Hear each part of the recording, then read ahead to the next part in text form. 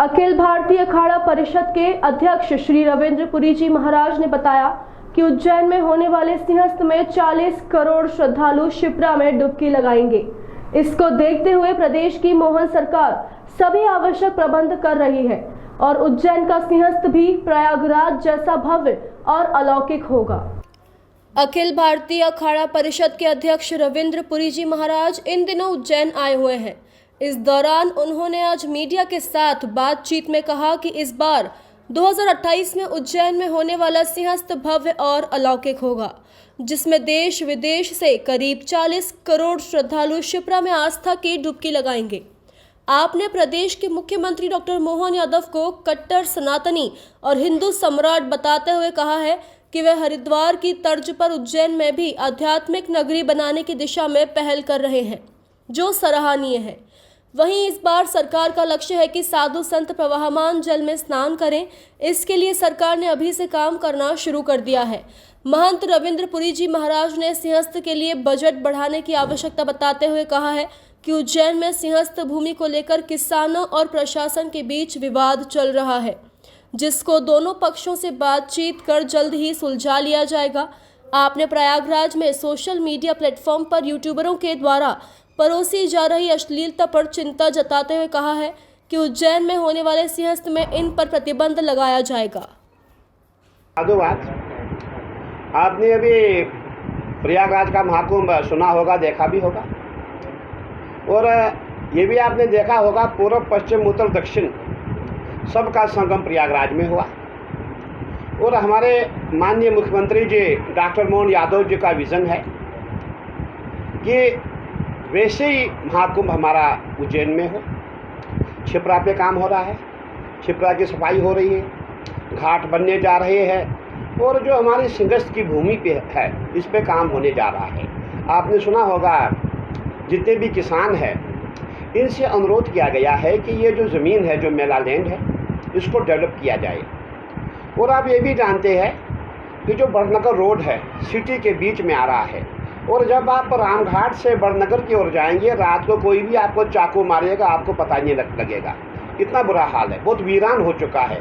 तो हमारे माननीय मुख्यमंत्री जी का विज़न है इस एरिया को डेवलप किया जाए। उसके लिए किसानों से हमारी वार्ता चल रही है और मुझे उम्मीद है, मुझे आशा है बहुत जल्दी इसका जो हल निकल आएगा।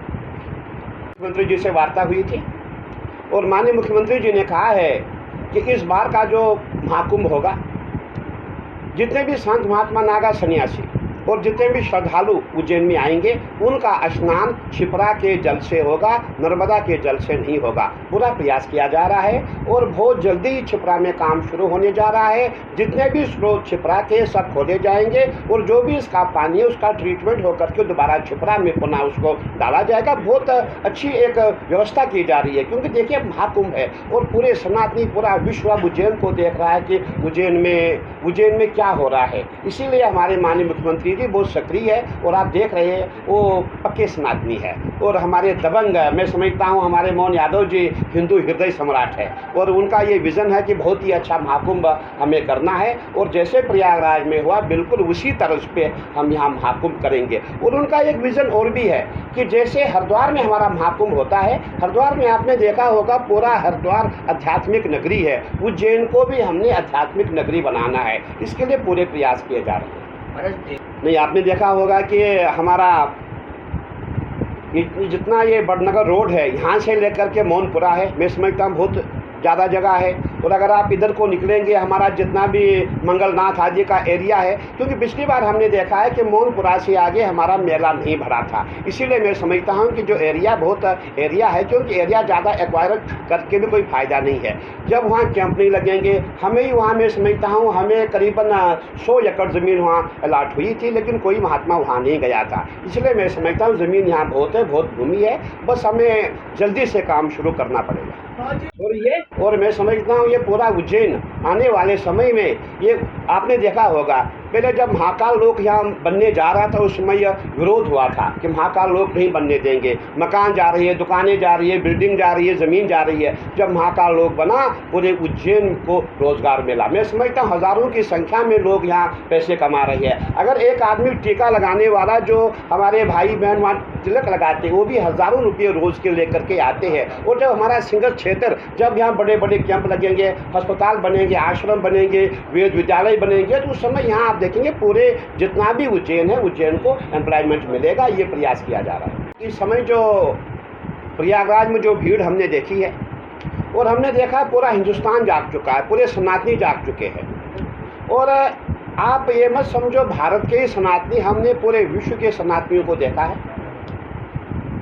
प्रयागराज महाकुंभ में हमने देखा अमेरिका, जर्मन, जापान जितने भी हमारे सनातनी थे जो विदेश में है वो सब स्नान करने के लिए प्रयागराज में आए थे। इसीलिए मेरा मानना है कि हमें उज्जैन में यहाँ भी कम से कम 40 करोड़ से कम श्रद्धालु नहीं आएंगे। इसीलिए हमें तैयारी बहुत करनी है। और सरकार का भी आपने देखा होगा जब जो पहले हमारा कार्यक्रम होता था टेबल का वर्क होता था, क्योंकि भाई हमारा यहाँ एक नियम बना हुआ है कि अखाड़ों को वहाँ पे जगह दी जाएगी, मंडलेश्वरों को जगह वहाँ पे दी जाएगी, वहीं चार्ट हमेशा रखा जाता था। परंतु इस समय सरकार को बहुत काम करना है, ग्राउंड लेवल पे काम करना है, क्योंकि पूरा जो एरिया जो है, पूरा यहाँ की जो प्लानिंग है पूरी शिफ्ट हो रही है, पूरी चेंज हो रही है। इसीलिए जो है अब किसको जगह कहाँ मिलेगी, कौन अखाड़ा कहाँ पे लगेगा, तो बहुत बड़ा काम है। मैं समझता हूँ हमें काम बहुत जल्दी से शुरू करना चाहिए।